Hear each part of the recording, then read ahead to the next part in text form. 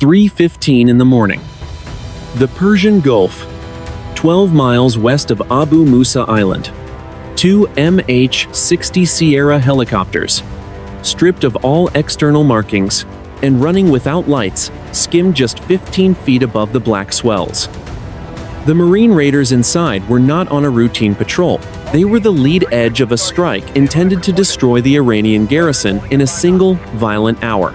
Whether the sophisticated radar arrays on the island's central peak could see them through the sea clutter remained an unanswered question that would be settled in less than 3 minutes.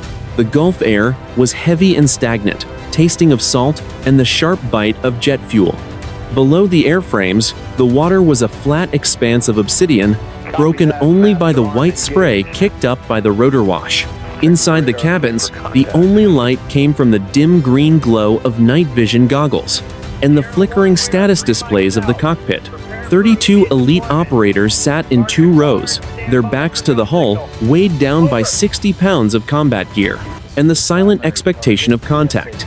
The mission, designated Operation Azure Spear, was the result of 48 hours of intense satellite surveillance and electronic intercepts. Abu Musa, a disputed island occupied by Iran, had recently been reinforced with long-range anti-ship missiles and a battalion-strength garrison of the Revolutionary Guard. For the United States Navy, the island was a dagger held against the throat of global oil transit. For the Marine Raiders of the 3rd Marine Raider Battalion, it was a target that required a surgical touch and overwhelming speed. 2 minutes to feet dry, the pilot's voice crackled through the intercom, his tone as flat and professional as if he were reading a weather report. The raiders adjusted the slings of their suppressed M4 carbines. Each man checked the seals on his gas mask and the placement of the flashbang grenades on his plate carrier. They were equipped with the latest generation of panoramic night vision, allowing them to see the world in a high-definition, phosphoric green that turned the pitch-black night into a ghostly version of high noon. They could see the individual whitecaps on the water and the dark, jagged silhouette of the island rising out of the horizon like a prehistoric beast. Abu Musa was roughly 5 square miles of rocky terrain, dominated by a central hill that housed the primary radar installations. To the north sat the garrison compound, a collection of reinforced concrete barracks and motor pools holding nearly 250 Iranian soldiers. To the south were the hardened shelters for the anti-ship missile batteries. The plan was simple in theory, but lethal in execution. Land on the northern beach, bypass the outer sensors, and neutralize the garrison before they could reach their heavy weapons. The helicopters began to flare, their noses pitching up as the pilots bled off horizontal speed. The vibration in the airframes intensified, a bone-deep shudder that rattled the teeth of every man inside. The smell of diesel and dry earth began to replace the salt air as they crossed the narrow strip of sand. "Ropes, ropes, ropes," the crew chief shouted over the roar of the turbines. Heavy nylon fast ropes were kicked out of the side doors, uncoiling through the dark, and hitting the sand with a heavy thud. The raiders moved with a practiced, fluid economy. Each man gripped the rope and slid toward the ground, their boots hitting the beach in a rhythmic cadence. As soon as a squad cleared the rope, they fanned out into a security perimeter, rifles raised, scanning the dunes for any sign of the Iranian sentries. The helicopters did not linger. As the last raider hit the sand, the Sierra pilots tipped their rotors forward and accelerated away, staying low to the ground to avoid the radar shadows of the central hill. The roar of the engines faded into a distant hum, replaced by the rhythmic lapping of the waves against the shore and the heavy breathing of 32 men through their masks. The beach was a graveyard of white sand and scrub brush. To the east, the faint lights of the garrison compound flickered behind a perimeter of concertina wire. The raiders did not speak. They used hand signals, shimmering in the green light of their goggles, to establish their fire teams. Team 1, moving, whispered the element leader into his bone conduction radio.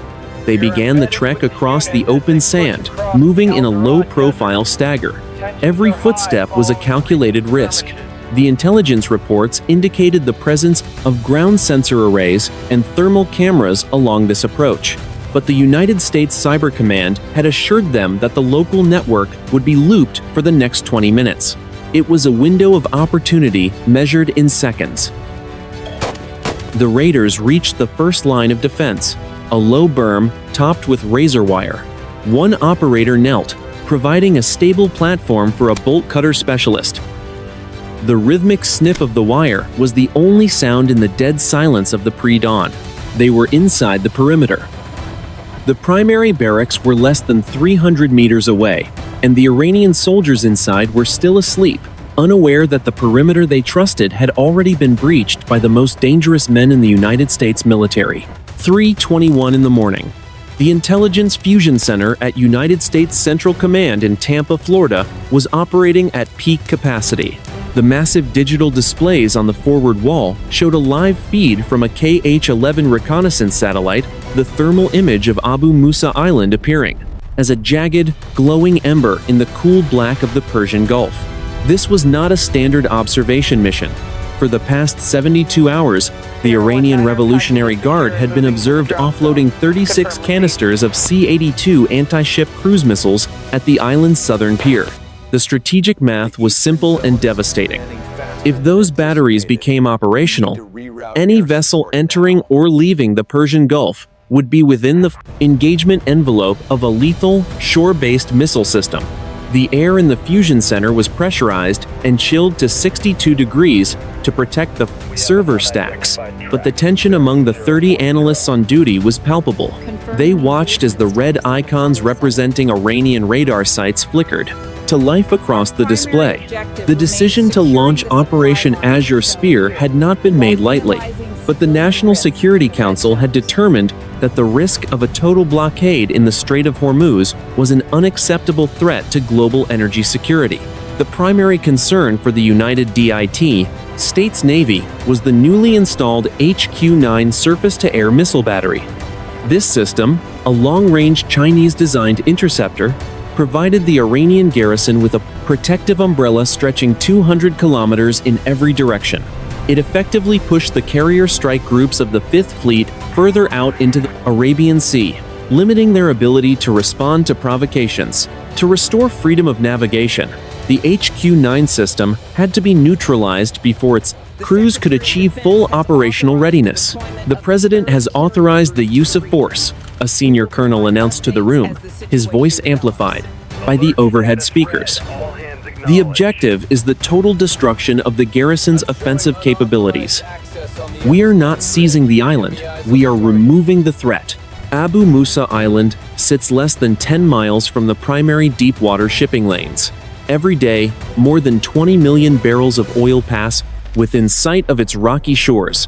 The Iranian garrison consisted of 250 hand-picked soldiers from the Sabarin unit, the elite special forces of the Revolutionary Guard.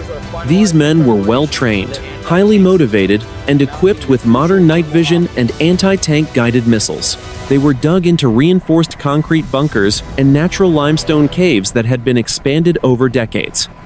The intelligence report sitting on the commander's desk detailed the layers of the Iranian defense. The outer perimeter was monitored by French-made thermal cameras and ground vibration sensors. Inside the main compound, a dozen Zu-23 twin-barreled anti-aircraft guns were positioned to provide overlapping fields of fire against any low-altitude approach.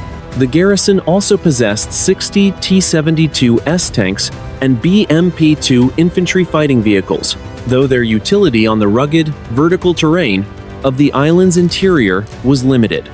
The strategic necessity of the raid was underscored by the blockade clock, a digital projection used by Central Command to estimate how long it would take for the global economy to feel the effects of a closed strait.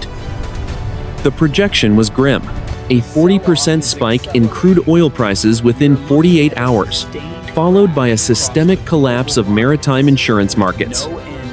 To prevent this, the Marine Raiders had to move with absolute precision. The Marine Raiders of the 3rd Marine Raider Battalion were selected specifically for their expertise in direct action missions and maritime interdiction. Unlike larger conventional forces, the two teams on the ground could move faster than the Iranian command and control cycle could react. Their mission was to decapitate the leadership, destroy the missile canisters, and extract before the Iranian mainland could launch a retaliatory strike from the air bases at Bandar Abbas. As the analysts in Florida watched, the first green icons representing the raiders' positions began to move inland from the northern beach. The tactical data link showed the team splitting into two elements. Team 1 was moving toward the garrison barracks to pin down the bulk of the Iranian personnel. Team 2, carrying heavy demolition charges and laser designators, was navigating the steep slopes toward the HQ-9 battery on the island's highest point. The environment around the island remained deceptively calm. A light haze hung over the water, partially obscuring the moon.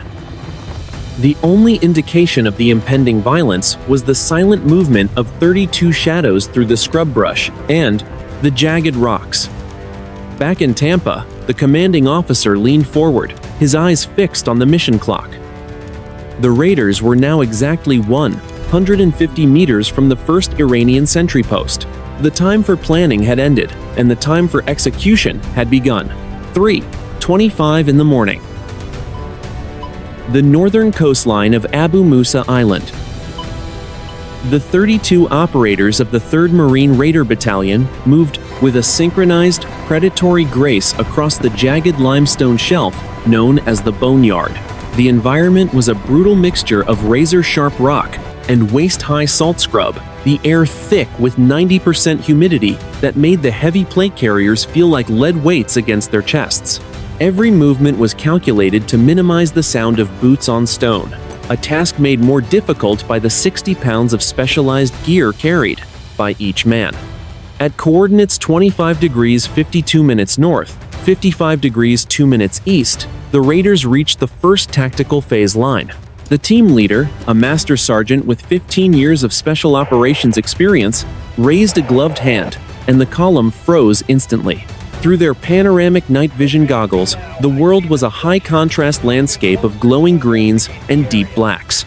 200 meters ahead, the first Iranian sentry post sat atop a small rise, a reinforced concrete pillbox equipped with a 7.62mm machine gun. The raiders did not use radios for this phase. A series of infrared strobe flashes, invisible to the naked eye but appearing like brilliant pulses of light to the operators, signaled the split. Team 1, consisting of 16 men, began a wide flanking maneuver to the west, staying low in the natural depressions of the rocky ground. Their objective was the main barracks, where the majority of the 250 Revolutionary Guard soldiers were currently quartered. Team 2, the heavy weapons and demolition element, moved directly toward the central ridge. Their pace was slower, governed by the need to navigate the 45-degree incline of the limestone cliffs while carrying 80-pound packs filled with C4 plastic explosives and laser-guided munitions. The smell of the sea was replaced by the dry, mineral scent of crushed stone and the faint, acrid odor of a diesel generator running somewhere in the distance. The first silent engagement occurred at 3:34 in the morning. A lone Iranian sentry, carrying an AK-47 and smoking a cigarette that appeared as a blinding white flare in the raiders' night vision, stepped out from behind the concrete pillbox. He was less than 40 meters from the lead fire team. The Marine Raider point man did not hesitate. He adjusted the aim of his suppressed M4 carbine, the infrared laser designator painting a tiny, invisible dot on the sentry's chest. 3 muffled thuds, no louder than the sound of a heavy book hitting a carpet, broke the silence. The 7.62mm rounds, subsonic and stabilized, hit the sentry with precise lethality.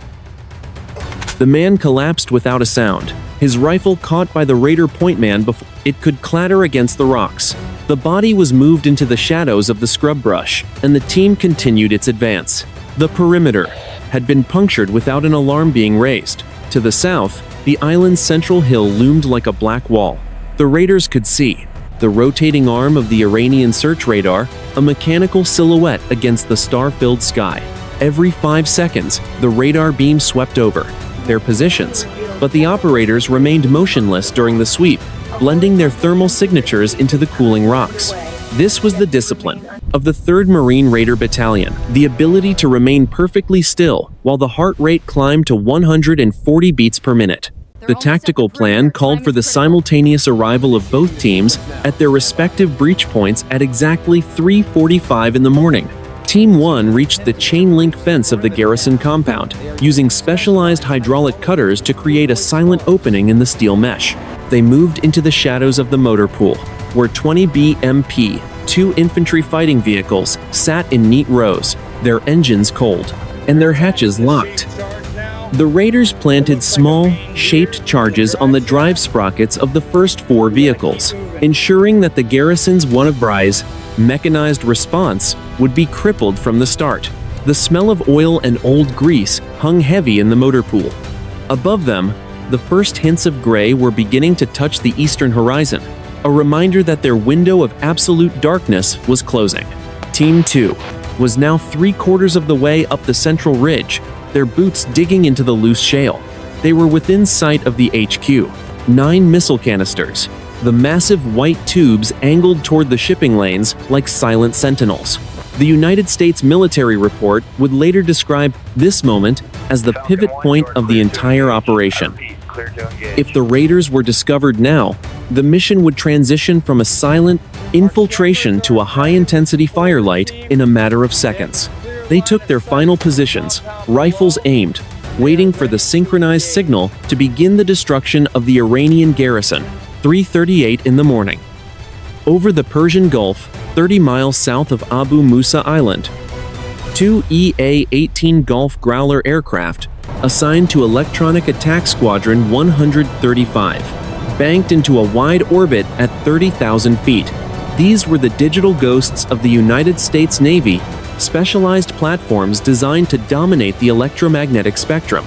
On the screens of the 2 naval flight officers in the back seats, the Iranian Integrated Air Defense System appeared as a series of glowing geometric shapes, each representing a radar site, a surface-to-air missile battery, or a command and control node. The mission of the Growlers was to execute a coordinated electronic and cyber attack that would effectively blind the Iranian garrison without firing a single kinetic shot. This process, known as electronic ghosting, began with the activation of the AN/ALQ-99 tactical jamming pods carried beneath the wings of the aircraft. At exactly 3:39, the flight lead keyed his master arm switch to the electronic attack position. "Music on," he announced over the encrypted satellite link. Invisible waves of high-gain radio frequency energy surged from the Growlers, focused with surgical precision on the frequency bands used by the Iranian HQ-9 radar systems. On the island, at coordinates 25 degrees 52 minutes north, 55 degrees 2 minutes east, the primary search radar began to struggle. The clear digital picture the Iranian operators relied on was suddenly replaced by a shimmering wall of white noise. To the technicians in the underground bunker, it looked like a sudden burst of atmospheric interference or a hardware malfunction. But the United States Navy's assault went deeper than simple jamming. Working in tandem with the Growlers, a cyber warfare team operating from a classified location in the United States used a backdoor vulnerability in the Iranian network software. They injected a sophisticated data packet that bypassed the island's firewalls, freezing the command and control displays in a loop. For the next 15 minutes, the Iranian monitors would show a perfectly calm, empty sea, even as the Marine raiders moved through the heart of the garrison. The air around the island seemed to vibrate with the sheer intensity of the electronic struggle. While the human ear could hear nothing but the wind and the surf, the spectrum was a chaotic battlefield of pulses and counters. The Iranian operators tried to switch to secondary frequencies, but the Growlers' AN/APG-79 active electronically scanned array radars tracked their every move, jumping to the new frequencies in milliseconds and smothering them before a single coherent signal could be sent to the mainland. "The net is dark," the lead Growler pilot reported. "The island is isolated." On the ground, the effect was immediate and total. The Marine Raiders of the 3rd Marine Raider Battalion saw the rotating arm of the HQ-9 radar slow down and eventually come to a dead stop, its motors confused by the conflicting digital commands. The perimeter lights around the garrison compound flickered and dimmed as the automated power management system was also compromised. The raiders were now operating in a total information vacuum where the enemy could neither see them nor call for help. The electronic attack squadron's success meant that the Iranian Revolutionary Guard headquarters at Bandar Abbas was now receiving a system normal signal from Abu Musa, even as the defense of the island was being systematically dismantled.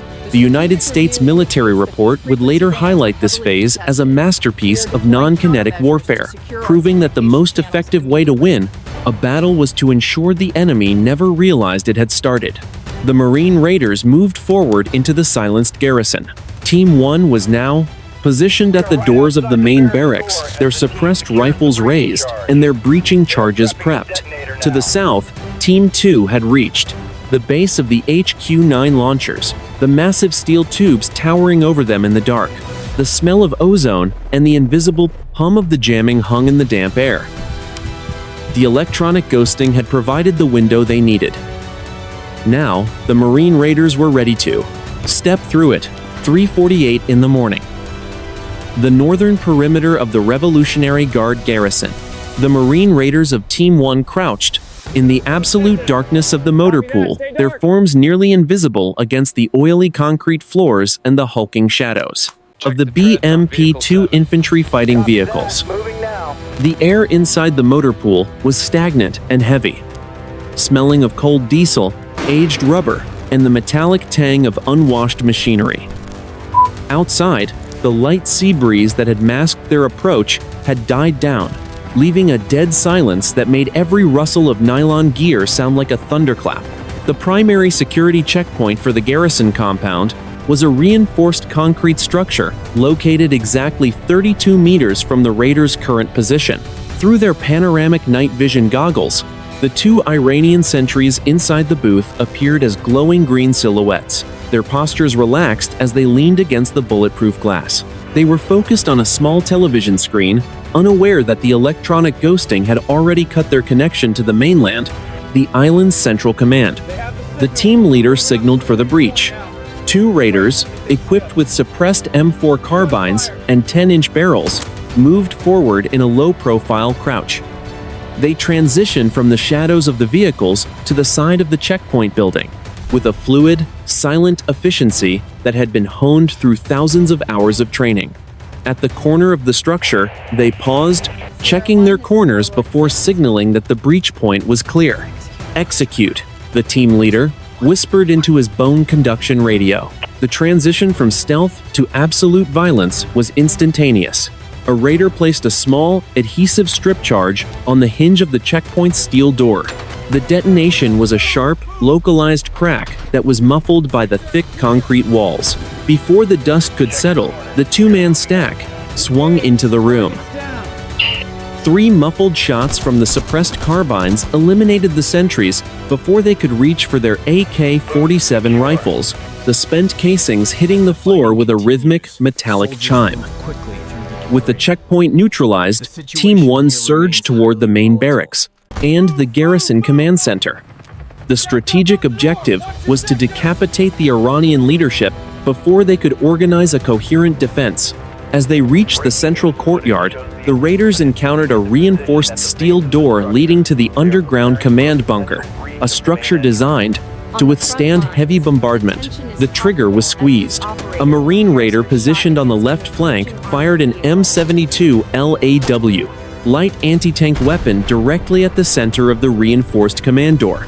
The missile shrieked off the launcher's rail, a brilliant white column of fire punching backward through the humid night air. The heat blast washed across the faces of the raiders nearby, the temperature in the immediate vicinity jumping by nearly 50 degrees in a single second.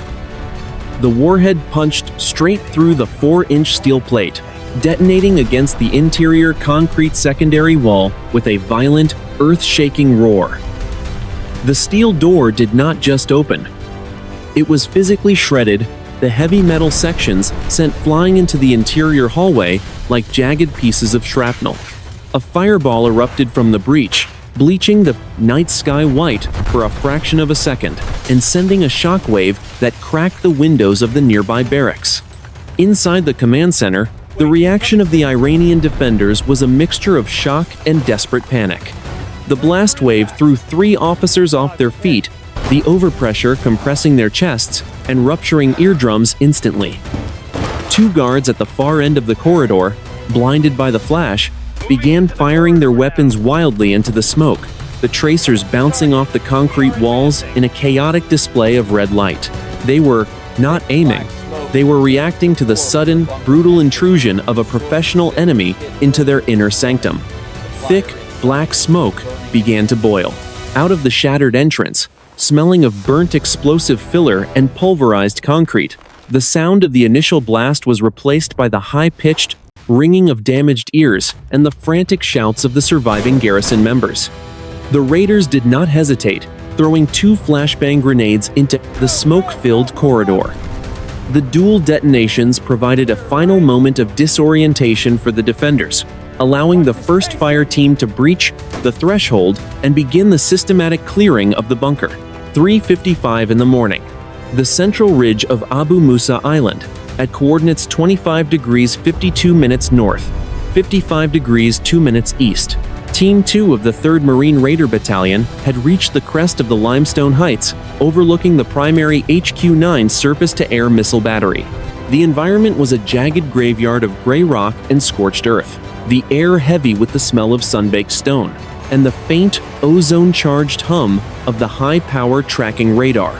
Below them, the 4 massive transporter erector launchers stood like white monoliths against the dark sky, their canisters angled upward, ready to deny the airspace to any United States aircraft for hundreds of miles. The command and control vehicle, a reinforced 12-wheeled truck housing the battery's brain, sat at the center of the site. 2 Iranian technicians were visible, outside the vehicle, smoking and talking near a mobile generator. They were less than 100 meters from the raiders' position. The team leader, a gunnery sergeant, signaled for the heavy weapons team to deploy the FGM-148 Javelin anti-tank missiles. The trigger was squeezed. The Javelin missile shrieked off the shoulder-fired command launch unit, a brilliant white column of fire punching backward through the humid night air. The heat blast washed across the faces of the raiders, the temperature in the immediate vicinity jumping by nearly 50 degrees in a single second. As the rocket motor ignited, the missile climbed steeply into the black sky before its seeker head locked onto the thermal signature of the command vehicle's engine. The warhead punched straight through the reinforced roof of the command van, detonating the sophisticated electronics and fuel cells stored within. The vehicle did not just explode, it was physically shredded, the heavy steel sides bulging outward, before the entire structure erupted in a violent, white-hot flash. The roof section was sent flying 30 meters into the air, a twisted piece of burning metal that slammed into one of the HQ-9 canisters nearby. A fireball erupted instantly, bleaching the night sky white for a fraction of a second, and sending a shockwave that cracked the eardrums of the Iranian technicians standing nearby. The surviving Iranian crew members reacted with desperate, frantic energy. One guard dove behind a concrete barrier and began firing his AK-47 blindly into the ridge, the red tracers arcing harmlessly over the raiders' heads. Another soldier attempted to reach the manual override for the nearest missile launcher, but he was cut down by a precise burst of fire from a suppressed M4 carbine. The Iranian defense was collapsing into a series of isolated, panicked movements, their coordination shattered by the loss of their command and control hub. Black, chemical-smelling smoke began to boil out of the wreckage of the command van, the fire fed by hundreds of gallons of diesel and hydraulic fluid. The sound of the initial detonation was replaced by the high-pitched hiss of escaping pressurized gas and the crackle of secondary explosions. As the HQ-9 interceptor missiles cooked off inside their scorched canisters, the raiders did not wait for the fire to die down. They surged forward from the ridge, moving toward the remaining launchers to complete the destruction of the battery. With the brain of the air defense system dead, the HQ-9 battery was no longer a threat, but a liability. The Marine Raiders moved through the burning site with clinical efficiency, ignoring the searing heat coming from the command van. They began placing 10-pound blocks of C4 plastic explosive against the base of each launcher. The white clay-like material pressed firmly against the steel hydraulics. Charges set, the demolition specialist reported, his voice steady despite the chaos of the burning site. To the north, the raiders could hear the rhythmic thump of heavy machine gun fire and the dull crump of grenades coming from the garrison compound. Team 1 was clearly engaged in its own fight, pinning down the bulk of the Revolutionary Guard forces. Team 2 had achieved its primary strategic objective. The radar umbrella over Abu Musa had been folded. The way was now clear for United States air assets to provide support if the mission transitioned into a full-scale withdrawal under fire. The gunnery sergeant looked at his watch. They had been on the ground for exactly 31 minutes. The eastern horizon was beginning to transition from black to a deep, bruised purple. The window of absolute tactical surprise was closing, and the most dangerous phase of the operation, the room-to-room clearing of the fortified bunkers, was about to begin. 4:05 in the morning, the southern coastal shelf of Abu Musa Island. While Team 1 continued to suppress the primary garrison, Team 2 descended the southern slope of the central ridge, moving toward the hardened shelters that housed the C-82 anti-ship cruise missiles. These weapons were the primary strategic threat to the Strait of Hormuz, capable of striking a tanker or a destroyer, with a 500-pound high-explosive warhead from over 100 kilometers away. The environment here was different from the Rocky Heights. The air was thick with the industrial smell of heavy lubricants, diesel fuel, and the salt spray coming off the nearby southern pier. The raiders reached the first of 3 reinforced concrete hangars at coordinates 25 degrees 51 minutes north, 55 degrees 2 minutes east. Each hangar was protected by a massive steel sliding door, designed to shield the delicate missile electronics from both the elements and aerial bombardment. Through their night vision goggles, the operators could see the thermal signatures of the heat lamps inside the hangars, used to keep the missile seeker heads at a constant temperature. Team 2 in position at the southern battery. The demolition lead reported, preparing the daisy chain. The Marine raiders did not intend to capture these weapons. Their orders were to ensure that not a single missile remained functional.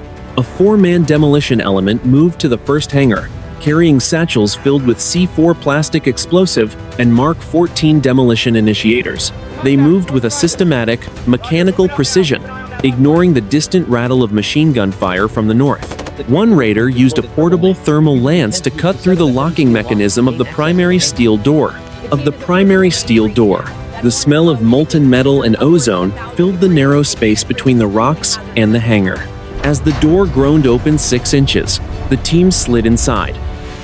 The interior was illuminated by dim red tactical lights, reflecting off the white skin of 4 C-82 missiles sitting on their transport trailers. The missiles looked like predatory fish, their wings folded tight against their fuselages. The raiders worked in pairs. One man placed a 5-pound block of explosive directly over the missile's turbine intake, while the second man placed a smaller charge on the guidance section behind the nose cone. This 2-point demolition ensured that both the propulsion and the brains of the weapon were obliterated. They moved from trailer to trailer, trailing a thin orange detonation cord behind them like a lethal spiderweb. Outside, a small security detail of 4 Iranian Revolutionary Guard soldiers arrived in a light utility vehicle, responding to the smoke rising from the HQ-9 site on the hill above. They were traveling fast, their headlights cutting through the darkness. The raider security element, positioned in the rocks 30 meters above the hangar, did not wait for them to dismount. The trigger was squeezed. 2 suppressed M24 Bravo machine guns opened fire simultaneously from the high ground. The 7.62 millimeter rounds tore through the thin aluminum skin of the vehicle, shattering the windshield and puncturing the radiator in a single second. The driver lost control, the vehicle swerving and slamming into a concrete bollard with a sickening crunch of metal. The raiders followed up with precise, controlled bursts, neutralizing the occupants before they could even clear their holsters. "Security element clear," the sniper whispered. "Demolition. You have 3 minutes." The team inside the first hangar finished the wiring and moved to the second and third structures, repeating the process with the same cold efficiency. The 3 hangars were now linked by a single line of detonation cord. By the time they reached the southern pier, 48 anti-ship missiles had been rigged for destruction. The total value of the hardware now wired with explosives exceeded $200 million. The final phase of the southern objective involved the destruction of the mobile radar van used to provide targeting data to the C-82 batteries. A Raider sergeant placed a final, oversized shaped charge against the van's satellite uplink dish. The smell of salt air was now mixed with the sharp, chemical scent of the explosive blocks and the heat of the cooling vehicle engine nearby. All objectives at the southern pier are green, the Team 2 leader reported, moving to the rally point for the final breach. The Marine Raiders began their withdrawal from the southern shelf, leapfrogging back toward the central ridge. Behind them, the silent hangars sat like ticking clocks. The destruction of these missiles would ensure that even if the United States forces withdrew immediately, the Iranian threat to the shipping lanes would be neutralized for months to come. To the north, the sounds of combat were intensifying as Team 1 pushed into the heart of the garrison's underground bunker complex. The sun was now only specter, 20 minutes from the horizon, and the time for surgical precision was rapidly giving way to the necessity of a violent exit. 4:10 in the morning. The interior of the Central Command bunker, 40 feet beneath the limestone surface of Abu Musa Island. The Marine Raiders of Team 1 moved through the shattered threshold of the main entrance, their silhouettes flickering in the dim, pulsing red of Devil, the emergency lighting system. The air inside the bunker was a suffocating mixture of pulverized concrete dust, the acrid, metallic stink of burnt, high explosives, and the copper tang of blood. Visibility was reduced to less than 5 meters as the dust hung suspended in the stagnant, unmoving air of the subterranean complex. The Raiders moved in a 4-man fire team stack, their M4 carbines held at the high-ready position. Each operator's PEQ-15 infrared laser painted a thin, shimmering green line through the dust, invisible to the naked eye, but clear as a Bidbent Stacomine searchlight through their night vision goggles. They were navigating the fatal funnel, the narrow concrete corridor that led from the entrance to the primary communications vault. Room left, clear. Room right, clear, the point man whispered. His voice transmitted through the bone conduction headset against his temple. At the first major intersection, the Raiders encountered a reinforced heavy machine gun nest. The Iranian defenders had overturned 2 heavy steel desks to create a makeshift barricade, a 7.62mm PKM machine gun poking through the gap. The Iranian gunner, his eyes wide and white, with terror in the darkness, began to depress the trigger. The trigger was squeezed. A Marine Raider on the right flank fired a 40mm high-explosive grenade from his underbarrel launcher. The projectile shrieked through the narrow hallway, a blur of gray metal that traveled at 76 meters per second.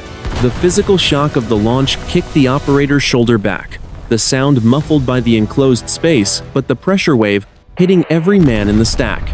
The warhead punched straight into the center of the steel desk barricade, the shaped charge detonating with a violent, earth-shaking roar.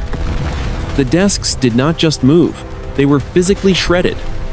The heavy metal sections sent flying backward into the gunners, like jagged pieces of shrapnel. A fireball erupted instantly, the heat bleaching the night vision of the Raiders for a fraction of a second, and sending a shockwave that cracked the concrete ceiling tiles. Inside the nest, the 3 Iranian defenders were thrown 5 meters back against the rear wall. The blast wave compressed their chests and blew out the bunker's internal ventilation ducts, filling the room with a fresh cloud of insulation and debris. The gunner was severed from his weapon, his body falling back into the shadows of the secondary hallway. The PKM machine gun was twisted into a useless piece of blackened iron, its ammunition belt cooking off in a series of sharp, rhythmic pops. Nest neutralized. Moving to the vault, the team leader ordered, stepping over the smoldering wreckage of the desks. The Raiders did not stop to inspect the damage. They moved with a mechanical, relentless pace, clearing every side room with a single Mk-13 flashbang and a 3-second sweep of their rifles. The environment was a nightmare of claustrophobia and violence. The sound of their boots on the debris-strewn floor was the only rhythm in a space where time seemed to have stopped. The smell of ozone from the destroyed electrical panels mixed with the heavy scent of unwashed bodies and fear.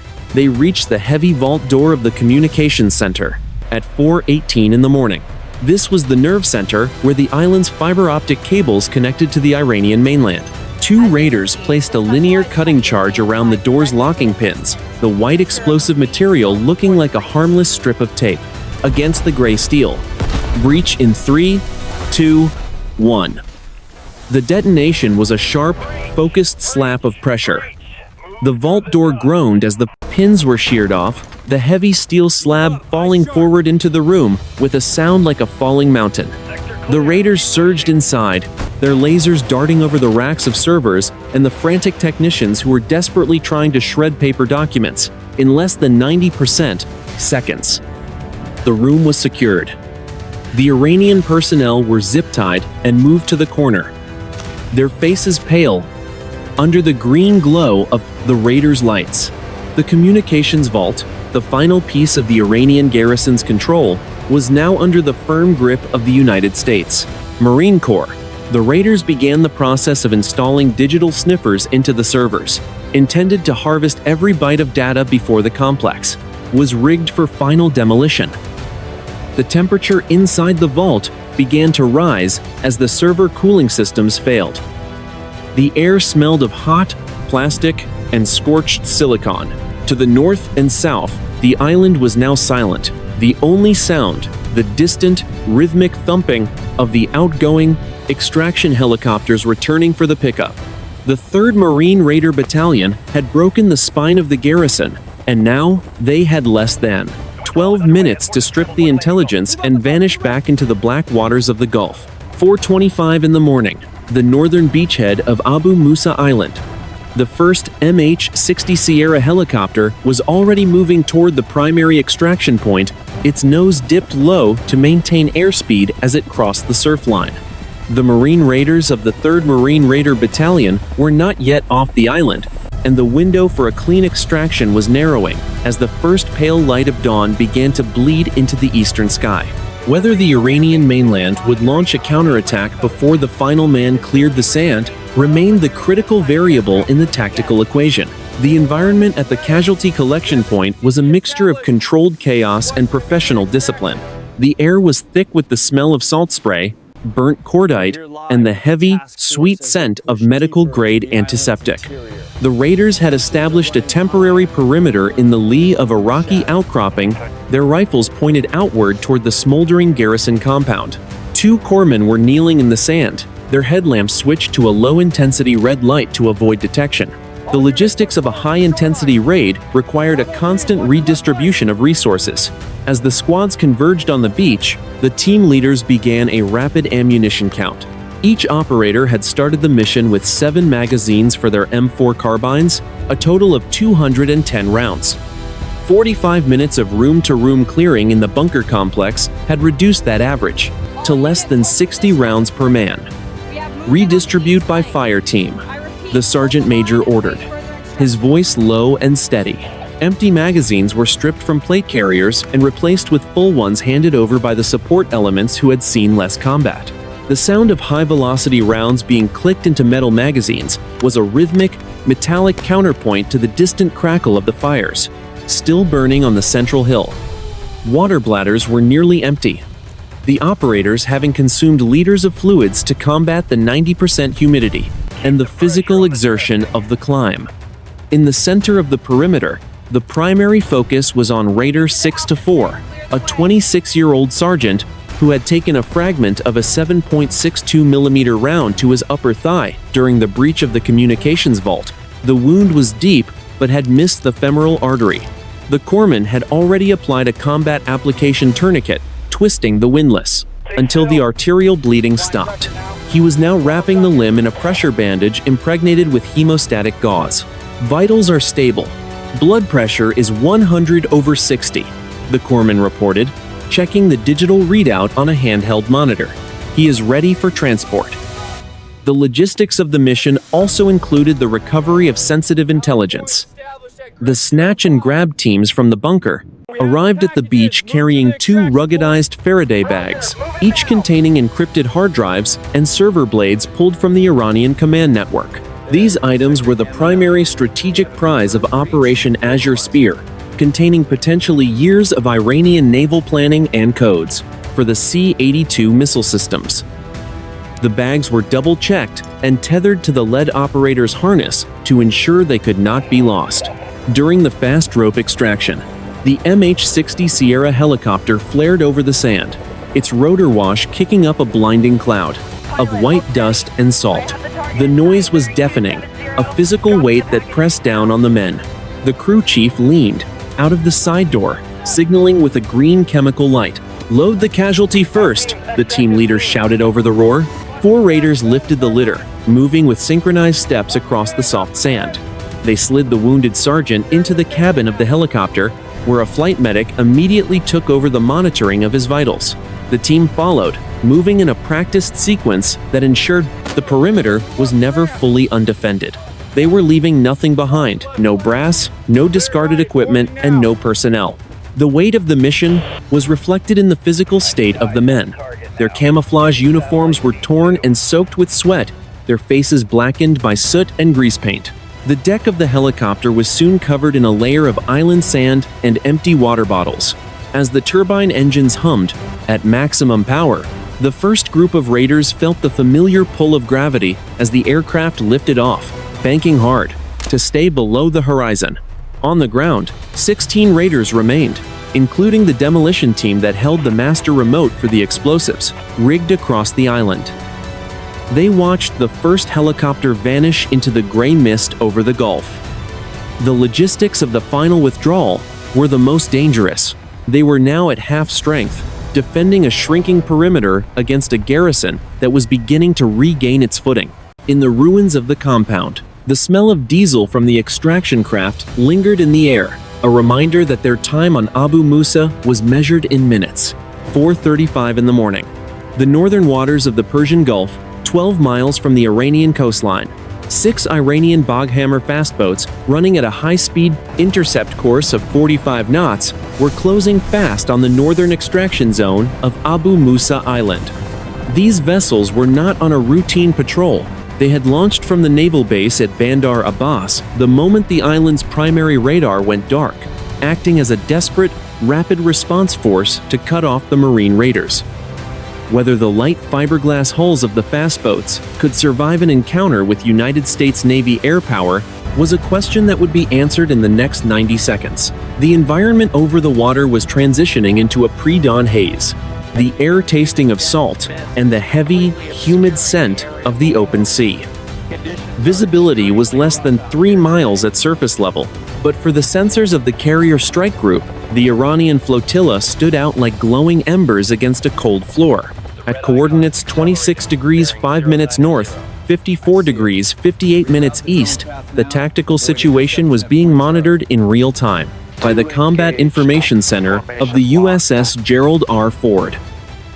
2 FA-18 Super Hornet fighters, orbiting at 15,000 feet, received the engagement order via a high-speed digital data link.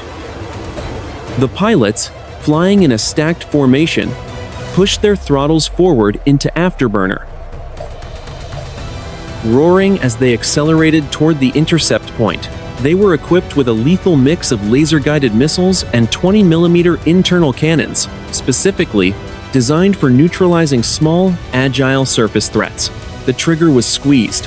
The lead pilot adjusted his targeting pod, painting the lead Iranian boat with a high-intensity infrared laser. An AGM-65 Maverick missile dropped from the wing rail, its rocket motor igniting with a blinding, white-hot glare that illuminated the underside of the aircraft for a fraction of a second.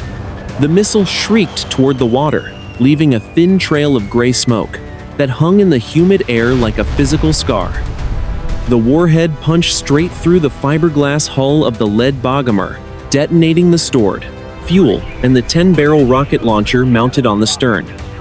The vessel did not just sink. It was physically shredded. 6 tons of debris and burning gasoline sent flying 40 meters into the air. A massive fireball erupted instantly, the heat blast washing across the surface of the water and bleaching the morning sky white for 3 full seconds. The shock wave from the detonation was powerful enough to capsize a secondary boat that was following too closely in the lead vessel's wake. The remaining Iranian crews reacted with a mixture of shock and desperate aggression. The pilots of the fast boats kicked their rudders hard, swerving into a jagged serpentine pattern to avoid further locks.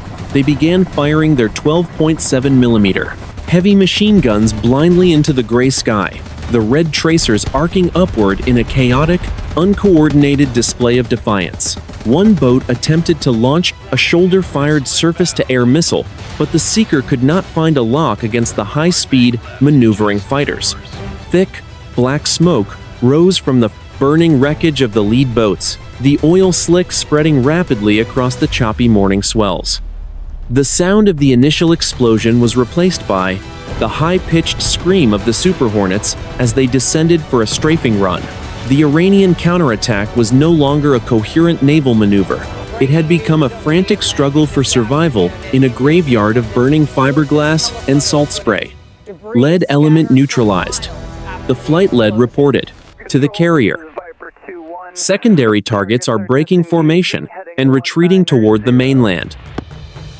The United States Navy fighters did not pursue the retreating boats into Iranian territorial waters. Their mission was to provide a protective screen for the Marine raiders, and that objective had been achieved. The threat to the extraction craft had been removed with surgical precision. On the beach at Abu Musa, the remaining raiders watched the distant flashes of light on the horizon, knowing that their path home was now clear of any surface opposition. The morning light was now strong enough to reveal the true scale of the destruction on the island behind them.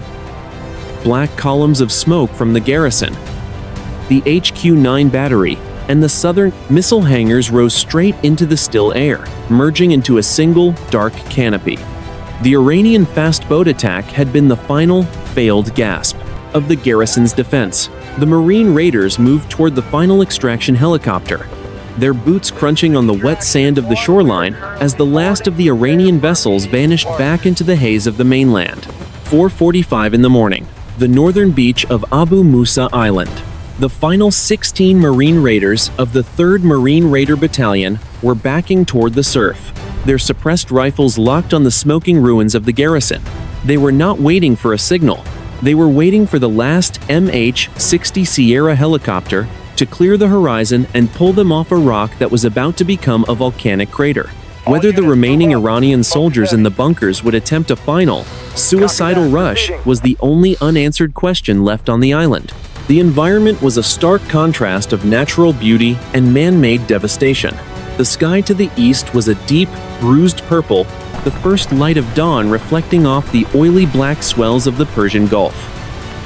The air was thick with the smell of salt, burnt rubber, and the heavy, chemical scent of over 1,000 pounds of C4 plastic explosive waiting to be detonated. The silence of the beach was broken only by the rhythmic lapping of the water against the raiders' boots and the distant, muffled crackle of the fires on the central ridge. At coordinates 25 degrees 52 minutes north, 55 degrees 2 minutes east, the demolition lead held the master remote detonator in his left hand, his thumb hovering over the guarded switch. He had spent the last 20 minutes slaved to the daisy chain, a series of detonation cords that linked the HQ-9 battery, the anti-ship missile hangars, and the primary underground magazine. Extraction bird is 30 seconds out, the team leader reported, his eyes fixed on the tree line 50 meters away. The transition from the relative calm of the beach to a final, desperate engagement was instantaneous. A group of approximately 20 Iranian survivors, led by a junior officer, emerged from the smoke of the motor pool. They were screaming and firing their AK-47 rifles from the hip, the muzzle flashes appearing as jagged orange sparks in the pre-dawn mist. The rounds kicked up plumes of white sand and hissed into the water behind the raiders. The trigger was squeezed. The Marine Raider security element returned fire with a wall of 7.62mm rounds from their suppressed machine guns. The sound was a rhythmic, metallic thrumming that shredded the brush and sent the charging soldiers diving for cover. One Iranian soldier was lifted off his feet by a 3-round burst, his body falling back into a shallow trench. The raiders did not advance. They maintained a disciplined, collapsing perimeter as the MH-60 Sierra flared over the water, its rotor wash creating a localized hurricane of salt and spray. Load, load, load. The raiders scrambled into the cabin of the helicopter, their movements fluid and practiced despite the exhaustion of the night. The crew chief provided covering fire from the door-mounted machine gun, the heavy rounds chewing into the concrete pillars of the nearby checkpoint. As the last man cleared the sand and grabbed the deck of the aircraft, the pilot pulled the collective, and the helicopter climbed steeply away from the island, banking hard toward the open sea. The team leader looked at the demolition lead and nodded once. The trigger was squeezed. A pulse of radio energy traveled from the remote to the initiators buried in the heart of the island's central hill. 3 seconds later, the ground beneath Abu Musa seemed to heave upward. The primary magazine, holding 10 tons of high-explosive shells and missile propellant, detonated with a violent, earth-shaking roar that was heard as far away as Dubai. The physical shock of the explosion hit the departing helicopter like a hammer, the airframe groaning as the overpressure wave washed over the fuselage. The magazine did not just explode, it shattered the central ridge from the inside out. A massive fireball erupted instantly, a pillar of white and orange flame that reached 500 feet into the air, bleaching the dawn sky white for 5 full seconds. The primary radar tower and the HQ-9 launchers were simply erased, replaced by a crater that glowed with the heat of 1,000 degrees. Inside the helicopter, the raiders watched through the open door as the island was consumed by a series of secondary explosions. The southern missile hangars erupted in a chain reaction of white flashes, the C-82 missiles cooking off and sending streaks of unguided fire into the sea. The sound of the initial blast was replaced by a low, guttering rumble that vibrated in the chests of every man on board. Target destroyed. The team leader reported to the USS Gerald R. Ford. Abu Musa is dark. All raiders accounted for. The air around the helicopter was now filled with the smell of ozone and the heavy gray ash that was falling like snow onto the surface of the Gulf. Behind them, the island was no longer a strategic threat. It was a burning pyre in the middle of the shipping lanes. The 3rd Marine Raider Battalion had completed the mission with surgical precision and devastating power. As the aircraft accelerated toward the safety of the carrier strike group, the sun finally broke over the horizon, illuminating a Persian Gulf that was once again open for business. 6:15 in the morning. The flight deck of the USS Gerald R. Ford, 70 miles south of Abu Musa Island. The final MH-60 Sierra helicopter touched down on the non-skid surface with a heavy, mechanical thud, its rotors slowing to a rhythmic hum that vibrated through the steel deck. The air on the flight deck was cool and crisp, smelling of salt spray and the sharp, industrial tang of jet fuel. The Marine Raiders of the 3rd Marine Raider Battalion stepped out of the cabin, their boots leaving trails of white island sand on the deck of the carrier. They were covered in the soot and grit of the mission, their faces etched with the deep lines of a physical exertion that few could endure. The Tactical Operations Center aboard the carrier immediately transitioned from combat mode to analysis. The initial battle damage assessment, compiled from satellite imagery, drone feeds, and the Raiders' own head-mounted cameras, was a testament to the surgical lethality of the operation. At coordinates 25 degrees 52 minutes north, 55 degrees 2 minutes east, the primary garrison of Abu Musa had effectively ceased to exist as a functional military unit. The casualty count for the Iranian Revolutionary Guard was heavy. Out of a garrison of 250 personnel, 180 were confirmed neutralized during the initial breach and the subsequent magazine explosion. 70 survivors were currently being held in the lower levels of the bunker complex, awaiting further processing. On the United States side, total cost of the operation was incredibly low. One Marine Raider sergeant wounded in action, currently in stable condition in the carrier's medical bay, and 2 MH-60 Sierra helicopters with minor small arms damage. The destruction of the island's offensive hardware was absolute.